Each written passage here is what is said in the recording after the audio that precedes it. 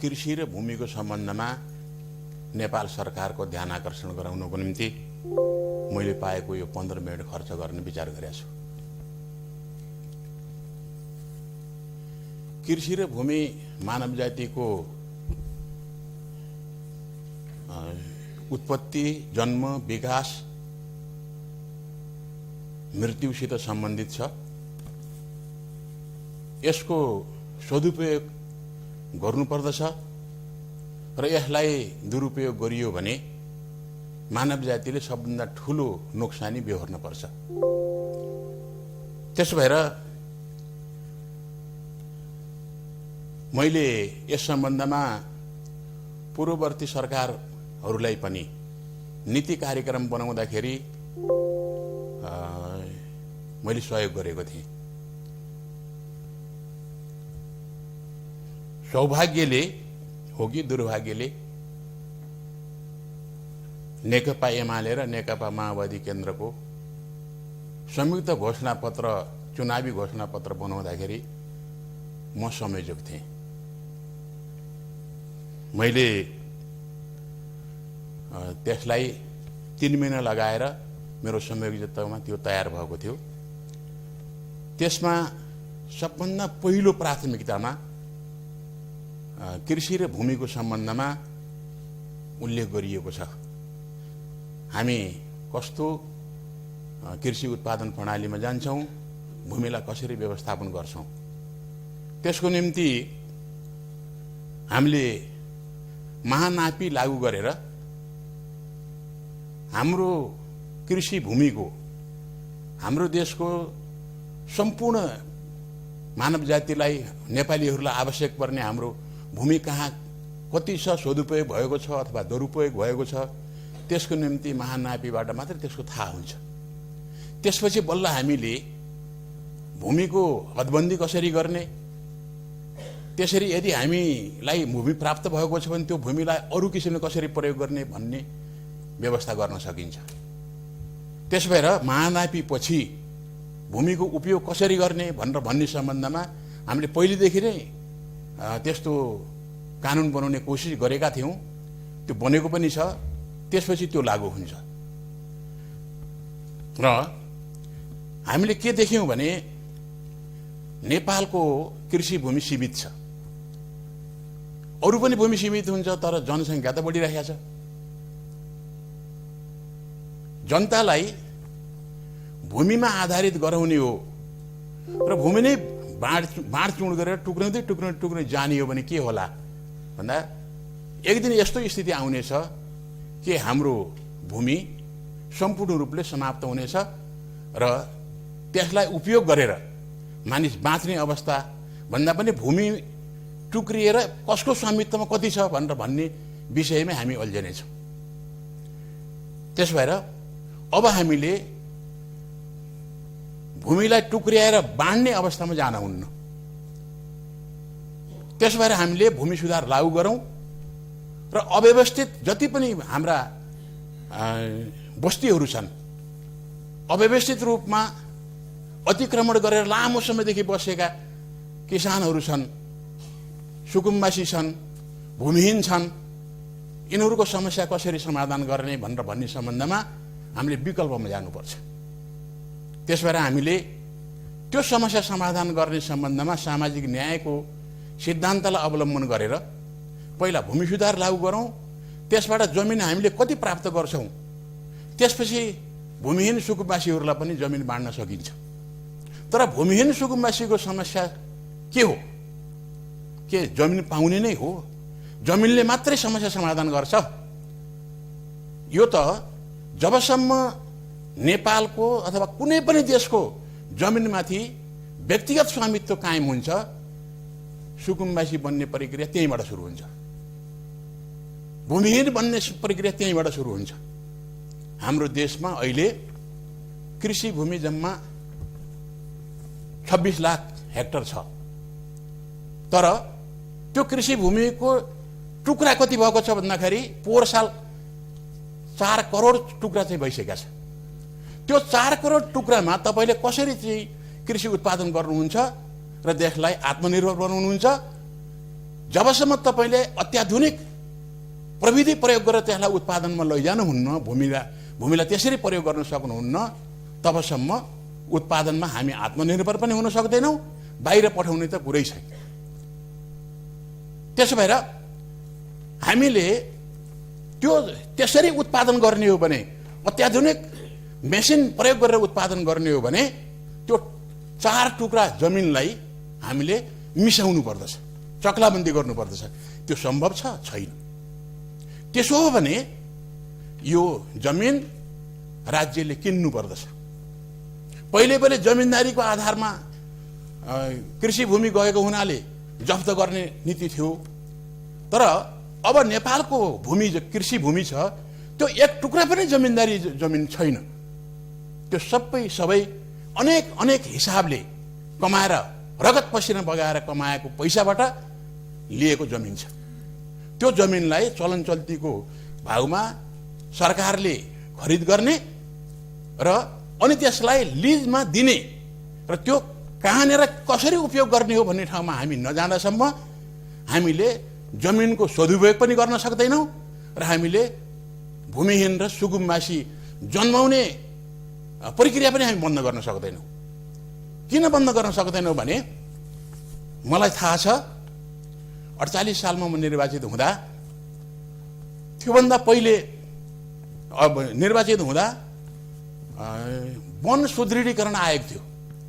शैलजा आचार्य वन मन्त्री हुनुहुन्थ्यो र उहाँकै नेतृत्वमा वन सुदृढीकरण आयोग बनेको थियो। त्यो पञ्चायत कालदेखि निरन्तर जारी भएको थियो। त्यो वन सुदृढीकरण व्यापक रूपमा वन अतिक्रमण भएपछि त्यो वनलाई सुरक्षित गर्ने, अतिक्रमण भएको जमिनलाई कसरी सुकुम्बासी भूमिहीनहरूलाई वितरण गर्ने भनेरै राम्रो मनले त्यो सिर्जना गरिएको थियो आयोग। पछि नेकपा एमालेको हाम्रो सरकार बन्यो र पार्टीले भूमि सुधार लागू गर्ने फैसला गर्यो, तर सरकारले भूमि सुधार लागू हुन सक्दैन भनेर भन्यो र त्यसो भए त्यही वन सुदृढीकरण आयोगलाई भूमिहीन सुकुम्बासी समस्या समाधान आयोग बनाऊ भनेर भन्ने फैसला गर्यो। त्यसै अनुसार सुरु भयो र त्यो 9 महिनाको सरकारले काम गर्न पाएको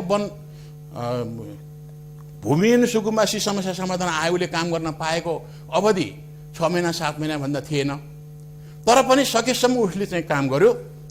त्यहाँदेखि यतातिर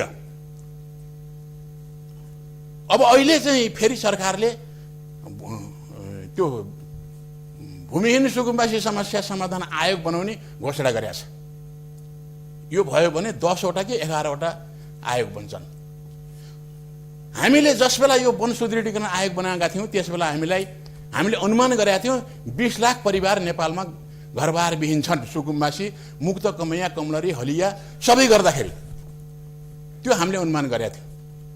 अहिले मैले सुन्दैछु गएको अहिले विघटित भएको आयोगले भूमि आयोग, यो भूमि आयोग पनि पहिले एउटा नाम थियो, अदालतमा सर्वोच्च अदालतमा मुद्दा परेको हुनाले त्यसलाई भूमि आयोग बनाएको छ। काम उही हो। यसको चाहिँ अनुसन्धानमा 16 लाख भूमिहीन सुकुम्बासीहरूले आवेदन दिएका छन् र आयोगले प्रति परिवार 5 कट्ठा दिने विचार गरेको छ। पहाडमा रोपनीमा त्यही बराबर, तराईमा 5 कट्ठा दिने भनेर भनेको पनि मैले सुने। मैले यसो हिसाब गरेँ, 5 कट्ठा दिँदाखेरि कति चाहिँ हुँदो रहेछ भने 4 लाख हेक्टर हुँदो रहेछ। यो 4 लाख हेक्टर जमिन कहाँबाट प्राप्त हुन्छ वितरण गर्नको निम्ति? के त्यो सम्भव छ? हुन सक्छ? हाम्रो जङ्गल फडानी गर्ने भन्दा, जङ्गल अतिक्रमण गर्ने भन्दा अर्को उपाय छैन। मैले नेपालको संविधानलाई हेरेँ, यो समस्या समाधान गर्नको निम्ति त्यसले के भनेको छ? आम रूपमा भूमि सुधार लागू गर, सामाजिक न्याय स्थापित गर्नको निम्ति भूमिहीन सुकुम्बासी र दलित विभिन्न जातिहरू जो पछाडि परेका छन् उनीहरूलाई आवासको सुनिश्चितता गर र रोजगारी देऊ। रोजगारी दिन सकिन्न भने केही जमिन देऊ, जमिन छैन भने रोजगारी देऊ, रोजगारीको ग्यारेन्टी गर। प्रत्येक परिवारमा 2टा रोजगारी दिन सक्ने हो भने उसलाई छिट्टै माथिल्लो अवस्थामा उतार्न सकिन्छ। तर हामीले संविधानको त्यो भावना अनुरूप चल्न सकेनौँ। हामीले के गर्यौँ भन्नु भने जसरी पनि जमिनै चाहिँ वितरण गर्नुपर्ने यो कुरा चाहिँ हामीले गरेका छौँ। र त्यो जमिन हामीसँग छँदा पनि छैन त्यति जमिन। त्यो 20 लाख घरबारविहीन भएकालाई हाम्रो पालामा त्यस बेलाको 51 सालको सरकारले बनाएको त्यो आयोगले 2 लाख कि कति भूमिहीनहरूलाई जमिन बाँड्यो। त्यसपछि नेपाली काङ्ग्रेसको सरकार बन्यो। त्यो नेपाली काङ्ग्रेस सरकारले फेरि आफ्नो चाहिँ आयोग बनायो। त्यो आयोगले पहिलेका कति जमिन खोस्यो, कतिलाई लाल पूर्जा नै दिएन र त्यसले पनि समस्या समाधान गर्न सकेन।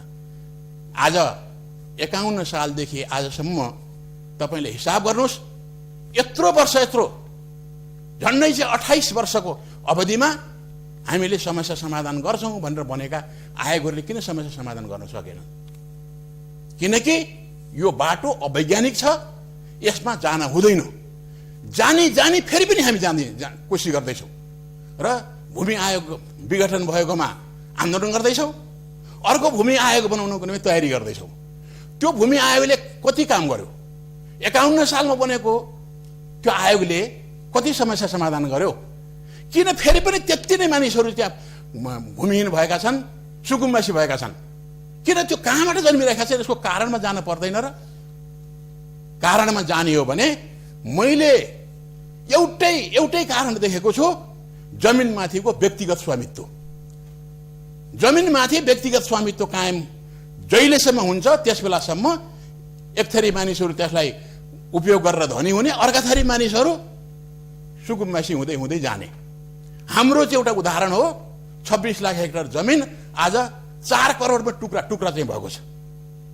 यस्तो चाहिँ अवस्थामा त्यो समस्या समाधान हुने कुनै उपाय छैन। यदि सरकारले यो सबै जमिन चलनचल्तीको मूल्यमा क्षतिपूर्ति दिएर किनेर, अब क्षतिपूर्ति नबन्यो, किनेर सरकारले आफ्नो बनाओस्। अहिले पनि सरकारकै अधिकार छ, किनभने सरकारले अधिग्रहण गर्न सक्छ। अधिकार नभए त अधिग्रहण गर्न सक्दैन थियो। तर पनि सम्पत्तिको रूपमा रहेको हुनाले मौलिक अधिकारमा उसको सम्पत्तिको अधिग्रहण गर्न सबै सम्पत्ति लिन सक्दैन सरकारले, विकल्प दिनुपर्छ। तर किन्न त सक्छ नि। तर हामीले पहिले नै गल्ती गर्यौं, हाम्रो जमिन व्यक्तिगत स्वामित्वमा गयो र अब हामीले फेरि त्यो जमिनलाई सरकारको स्वामित्वमा ल्याएर कसरी त्यसलाई उपयोग गर्ने हो भन्ने सरकारको योजना अन्तर्गत त्यसलाई प्रयोग गर्ने काममा लागौं र जमिन 5-5 कट्ठा दिएर अर्को वर्ष तपाईले हेर्नुभयो भने जति जनाले प्राप्त गरेका छन् त्यसमध्ये आधाले बिक्री गरेर अर्कै काम गरिसकेका हुन्छन्। त्यो फेरि सुकुम्बासी भनिरहेका हुन्छ। त्यसभएर यस्तो गलत बाटोमा हामी अब जान हुँदैन। त्यसो भएर एउटा बृहत छलफल चलाइयोस् र हामीसँग भएको यो सम्पत्ति, त्यो सम्पत्तिलाई सदुपयोग गर्ने बाटोमा जाउँ। जस्तो हामीसँग 26 लाख हेक्टर जमिन छ, खेती कृषिको निम्ति प्रयोग भइरहेको, र त्यो जमिनलाई हामीले किन्नको निम्ति मानिलिउँ 400 खर्ब रुपियाँ लागेछ भने त्यो 400 खर्ब रुपियाँ सरकारले बैंक ग्यारेन्टीको रूपमा उपलब्ध गराउँछ। पैसा त त्यस बेला चाहिन्छ जब खर्च गर्नुपर्छ। खर्च गर्न पर्दैन भने त्यो बैंक ग्यारेन्टीको रूपमा प्राप्त गरेर अर्को ठाउँमा औद्योगिकरणमा हरेक व्यक्तिको सम्पत्ति फेरि औद्योगिकरणमा जान सक्छ। त्यसो गरेर त्यो जमिनलाई हामीले ठुल्ठुला कृषि फार्महरू चाहिँ निर्माण गरौँ। त्यो कृषि फार्ममा उत्पादन गरौँ, हाम्रो आवश्यकता पूरा हुने गरी, बाहिर पठाउने गरी योजनाबद्ध रूपले हामीले उत्पादन गरौँ र त्यो दोहोरो फाइदा हुन्छ। एउटा सरकारको स्वामित्वमा आउँछ, 4 खर्ब रुपियाँ सरकारसित हुन्छ, अर्को उनीहरूले 4 खर्ब रुपियाँ जमिन बेच्नेहरूसित चाहिँ रहेको हुन्छ, उनीहरूले औद्योगिकरण गर्छन् र यो 4 खर्ब अर्को हाम्रो देशको विकासको निम्ति सरकारले कुनै पनि बेला लागू गर्न सक्छ र विश्व ब्याङ्कसित, IMF-सित छलफल गरेर उनीहरूको सुझाव र सल्लाह लिएर हामी त्यसलाई मोनिटाइज गर्न सक्छौँ। त्यो मोनिटाइज गरिसकेपछि त्यो पैसाले हाम्रो देशभित्र विकास र निर्माणको एउटा ठुलो ठुलो महाअभियान हामी सुरु गर्न सक्छौँ र त्यो महाअभियानबाट हामी गरिबीको अवस्थाबाट निस्कन सक्छौँ। 10 वर्षमा हामी समृद्ध हुने, समृद्ध समाजवाद निर्माण गर्ने ठाउँमा। माननीय महेश कुमार महरा